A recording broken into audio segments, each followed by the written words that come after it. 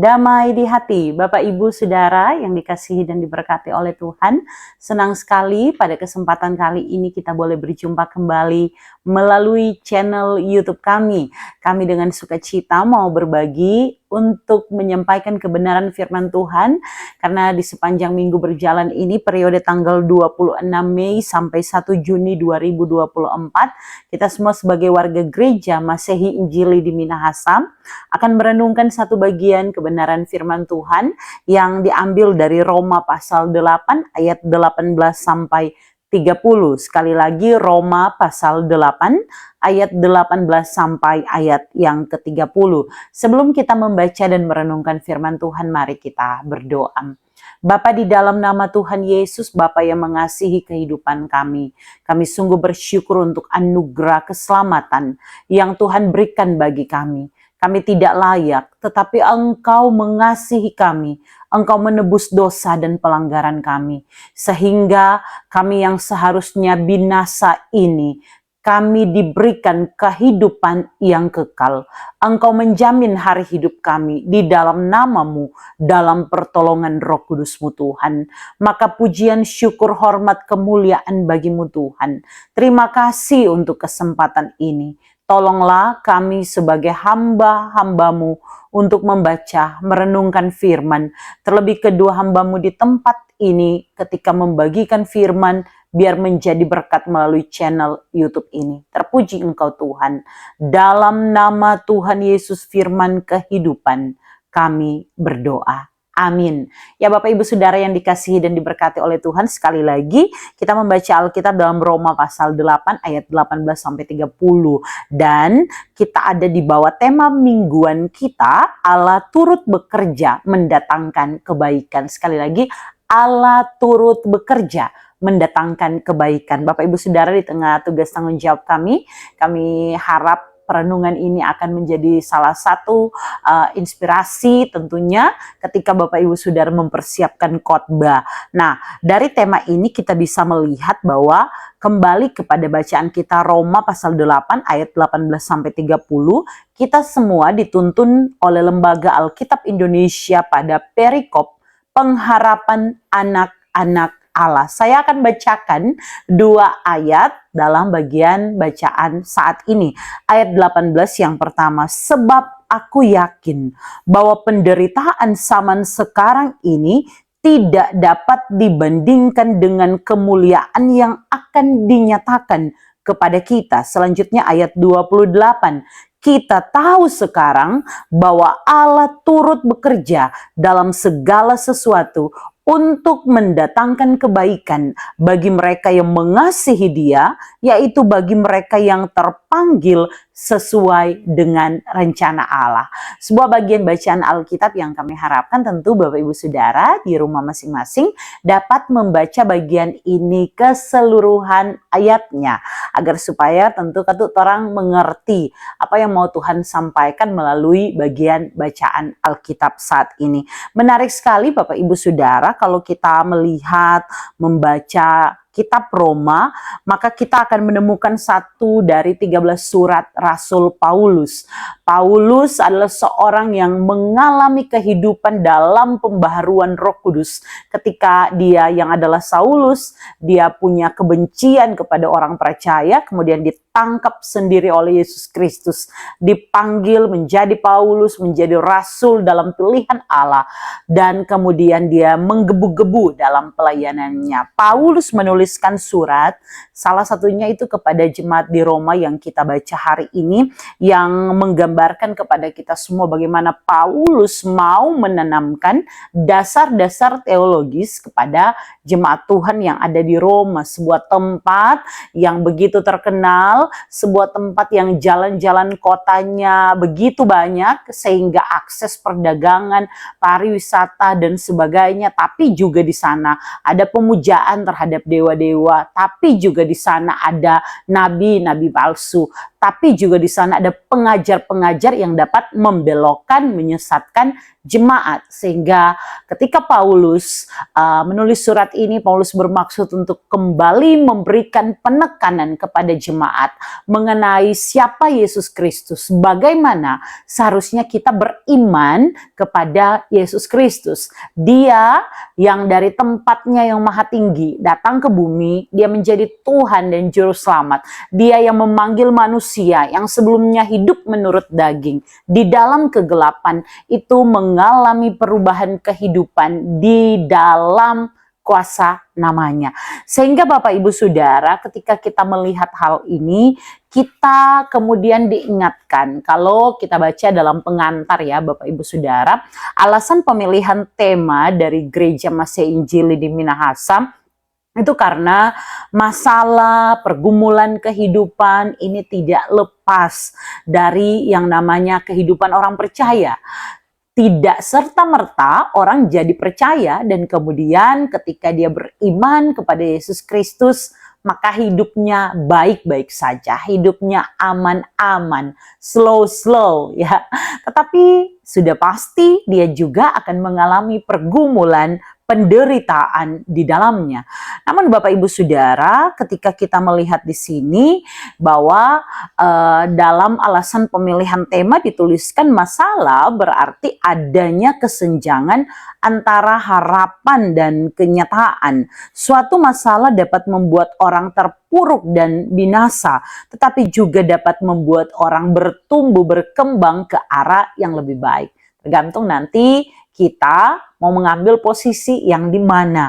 Tetapi tentunya Bapak Ibu Saudara, dalam iman Kristen kita perlu melihat mengapa ada pergumulan, mengapa ada masalah, dan ini menjadi menarik ketika dalam bacaan kita saat ini seperti yang saya pilihkan, saya bacakan tadi, ini cukup menjelaskan kepada kita semua ya, dari apa yang coba dijelaskan oleh Rasul Paulus. Kita bisa lihat misalnya ketika kita melihat ya Bapak Ibu Saudara, Roma pasal 8 ayat 18 sampai 30.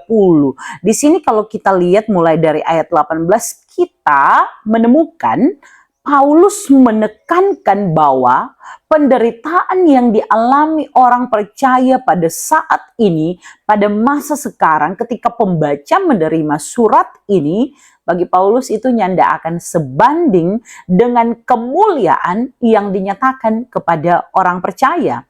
Ini memberi satu perspektif yang baru dalam pandangan orang percaya bahwa penderitaan itu sementara.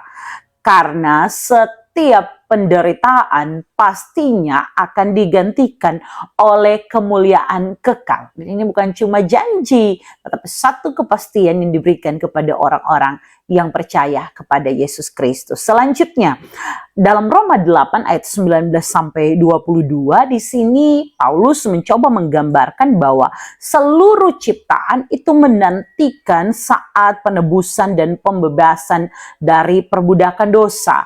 Kita manusia, kita ini punya satu masalah yang sangat besar, berat, yang tidak dapat diselesaikan oleh kehebatan manusia, yang tidak dapat diselesaikan karena manusia makin jago, makin pintar, punya pangkat jabatan, tidak, tetapi hanya dapat diselesaikan oleh Allah sendiri.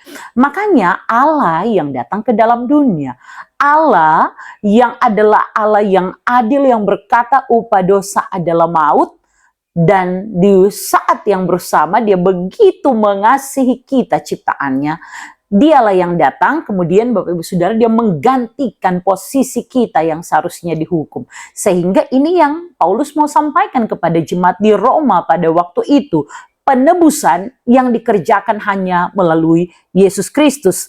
Ini memberi gambaran kepada kita bahwa dunia ini cemar. Gambaran dunia ini telah jatuh karena keinginan daging di dalamnya. Karena sungguh tidak ada yang bisa membawa kita pada penebusan karena dosa-dosa kita selain Kristus.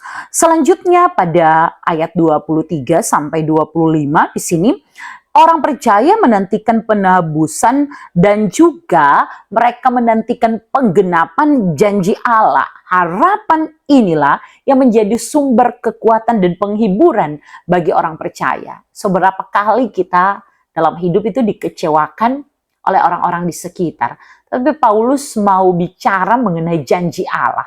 Allah yang berjanji, Allah yang serius dengan masalah dosa, Allah yang membenci dosa, tetapi dia tidak membenci orang-orang yang melakukan dosa itu. Sebaliknya, dia benci dosa itu, tetapi dia menerima kita sebagai manusia yang lemah, yang rapuh, dan terbatas. Dialah yang merancangkan karya penebusan yang luar biasa ini, sehingga kemudian kita diselamatkan. Ayat 26-27 di sini diberikan gambaran oleh Rasul Paulus bahwa hanya Roh Kudus yang dapat membantu orang-orang percaya itu untuk dapat berdoa. Ayat ini termasuk adalah ayat yang saya sukai Bapak Ibu Saudara, karena ayat ini mengingatkan kita tentang peran Roh Kudus ya. Ketika Tuhan Yesus naik ke sorga, dia janjikan ada penghibur, ada penolong, yaitu Roh Kudus. Ketika hari Pentakosta kita belajar Roh Kudus dicurahkan, tapi juga dalam surat-suratnya Paulus banyak bicara mengenai peran Roh Kudus. Salah satunya, Roh Kudus menolong kita untuk berdoa pada apa yang sudah tidak mampu lagi kita ucapkan.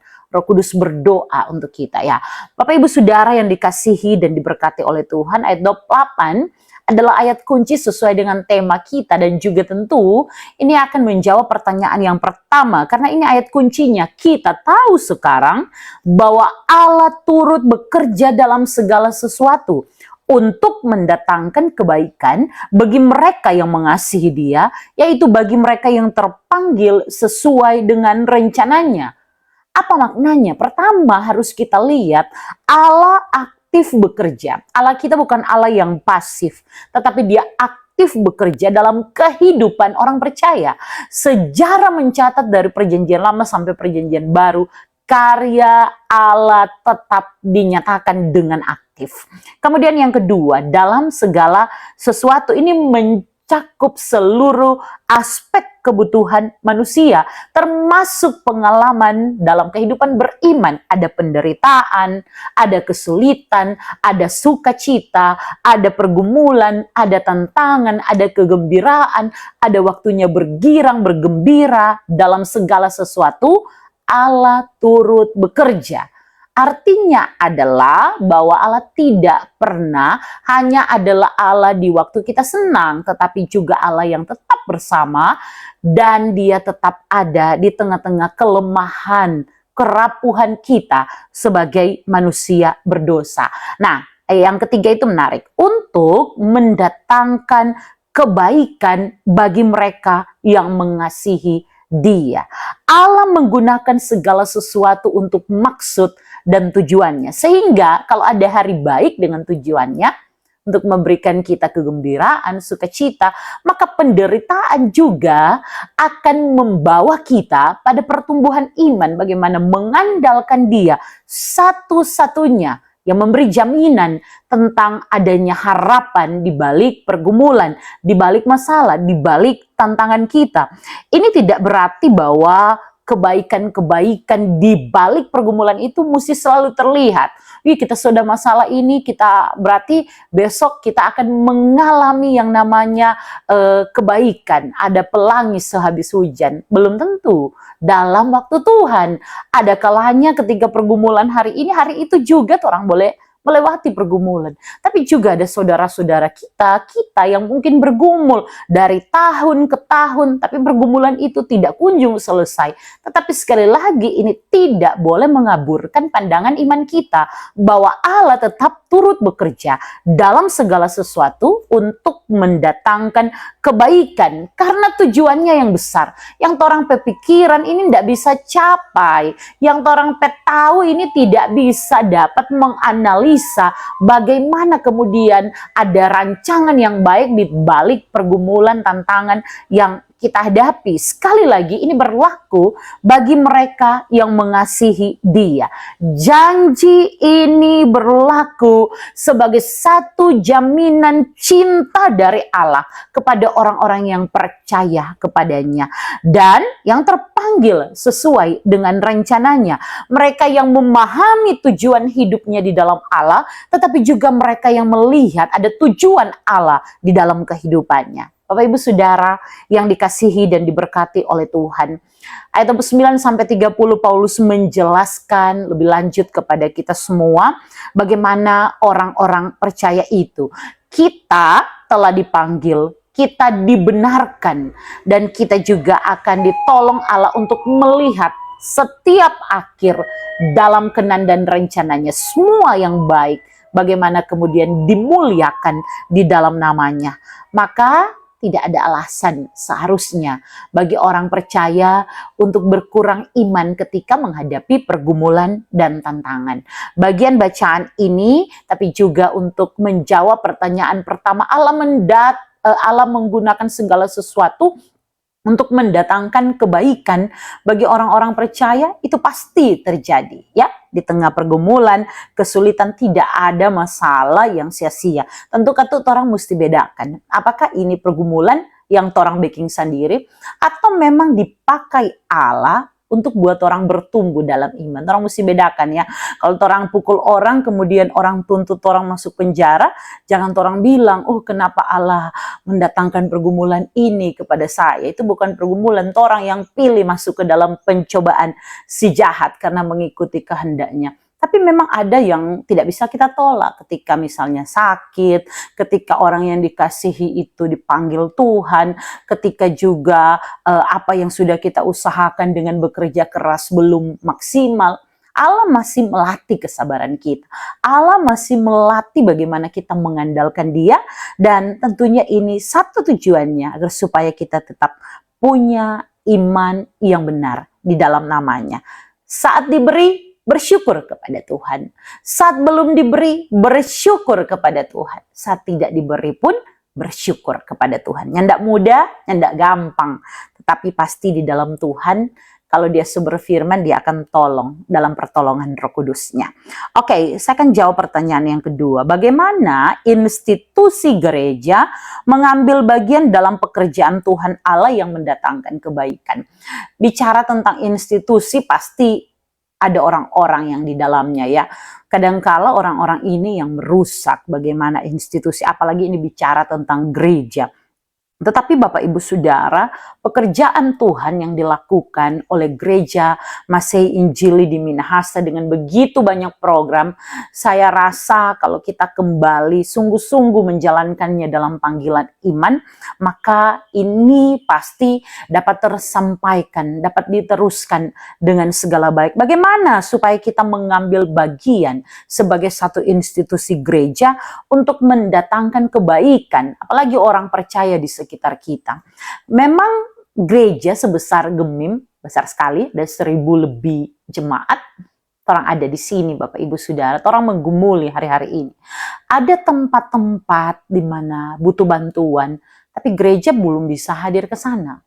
Namun suara-suara kenabian dari mimbar-mimbar gereja terus disampaikan untuk menguatkan. Sehingga biar ini juga kita sampaikan untuk menggerakkan banyak orang yang mungkin tidak atas nama institusi, tetapi kemudian menjadi alat perpanjangan tangan Tuhan untuk tetap menyatakan kebaikan. Bagaimana gereja berkata dengan jujur, bicara dengan jujur, agar supaya persembahan yang dibawa ke gereja adalah hasil pekerjaan yang halal, pekerjaan yang didapat dengan keringat yang memuliakan Tuhan, bukan hasil korupsi, hanya karena ingin untung dan sebagainya. Bagaimana gereja tetap berdiri sebagai gereja, sehingga orang punya dana pengharapan, dan dana itu dikelola dengan bertanggung jawab, transparan untuk kemuliaan nama Tuhan. Jangan cuma habis-habis di rapat, di sidang, di semua Jangan cuma habis di program-program yang tidak bawa pertumbuhan iman. Orang pikirkan ke depan bahwa secara institusi Gemim ini besar, seharusnya dari Gemim ini ada seleksi-seleksi yang jujur, banyak anak-anak yang orang boleh dapat kasih beasiswa, saling menopang gereja yang kaya, boleh bermitra dengan gereja-gereja yang masih kurang mampu, dan ini diatur dengan baik untuk kemuliaan nama Tuhan. sehingga kita sama-sama kalau rupa ingat-ingat tuh bacaan kehidupan jemaat mula-mula, maka orang seia sekata sepenanggungan untuk kemuliaan nama Tuhan. Saya percaya pemimpin-pemimpin kita di Gemim mempertimbangkan tapi juga tahu dan akan menjalankan ini. Tugas kita mendoakan, Bapak Ibu Saudara. Kalau Tuhan berkenan kita ada di posisi-posisi di mana kita boleh mengambil keputusan dan kebijakan, kerjakan dalam tanggung jawab, di dalam takut akan Tuhan, untuk kemuliaan nama Tuhan. Hal paling sederhana adalah buatlah gereja senyaman mungkin bagi orang-orang yang butuh teman, butuh pertolongan, butuh saudara, butuh keluarga, butuh jawaban atas pergumulannya. Jadikan gereja yang nyaman, yang bukan cuma pikir-pikir doi, yang bukan cuma pikir-pikir yang penting banyak yang masuk gereja, tetapi serius akan hal ini. Yang ketiga, Bapak Ibu Saudara, jelaskan pengalaman hidup saudara yang menggambarkan bahwa Tuhan Allah turut bekerja dalam segala sesuatu yang mendatangkan kebaikan. Bapak Ibu Saudara, saya rasa jawaban ini bisa kita jawab sendiri ya. Saya rasa setiap orang percaya pasti punya pengalaman iman di dalam Tuhan. Bapak Ibu Saudara, kalau ini ditanyakan ke saya harus jujur bahwa saya melewati masa kecil yang tidak sebahagia orang lain. Mama saya bekerja di rumah orang, kemudian papa saya juga bekerja sebagai tukang bangunan, dan kehidupan kami punya 4 bersaudara. Kadang-kala tuh pulang sekolah memang cuma makan pisang rebus. Bersyukur kalau ada sayur gedi santang, sehingga ada DP kuah ke siang. Saya melewati itu, Bapak Ibu Saudara. Saya berjalan kurang lebih 3 kilo ke sekolah, pulang sekolah, jalan kaki, belum ada kenal ojek-ojek, saya melewati itu. Saya pernah ditertawakan karena ke sekolah pakai sendal. Saya pernah demam, ditertawakan di sekolah, sudah sakit, paksa ke sekolah, tidak ada makanan, tidak ada uang jajan.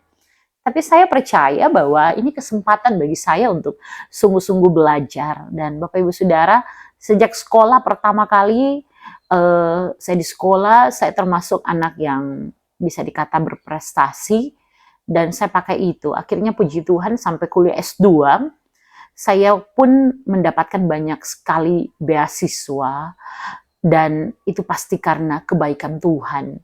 Sehingga kalau melihat ke belakang rasanya hari ini banyak sekali yang Tuhan kasih. Ternyata Tuhan ada kasih lewat kita pengalaman untuk berjalan kaki di sekolah karena Tuhan mau bawa kita berjalan sejauh ini supaya punya kaki yang kuat. Ternyata Tuhan bawa saya pernah ada pada kondisi makan saja sulit, agar supaya Tuhan mau kasih saya hati yang peduli dan tergerak setiap lihat ada orang yang susah, orang yang miskin. Dan saya tidak mau cerita seberapa banyak yang saya beri dalam pelayanan, tapi saya mau katakan satu hal bahwa yang Tuhan beri lebih banyak dari apa yang kita pernah beri untuk menolong orang. Dari kejadian di saat pandemi, orang lain bergumul, saya juga tidak punya pekerjaan karena waktu itu berhenti dan ingin keluar, tapi pandemi tiba-tiba datang. Tapi bagaimana kegerakan hati ketika lihat ada orang-orang yang kesusahan. Saya tidak mau cerita, tapi sungguh Bapak Ibu Saudara, sampai hari ini saya mau saksikan Tuhan beri jauh lebih banyak daripada apa yang pernah saya harapkan. Maka saya percaya bahwa apapun yang terjadi dalam hidup kita, ini ada maksud Tuhan. Tuhan mempertemukan saya dengan orang-orang yang luar biasa, suami yang luar biasa, orang tua yang luar biasa, keluarga yang luar biasa. Banyak hal yang Tuhan beri hari ini setelah ada begitu banyak air mata yang terkuras di hari-hari kemarin.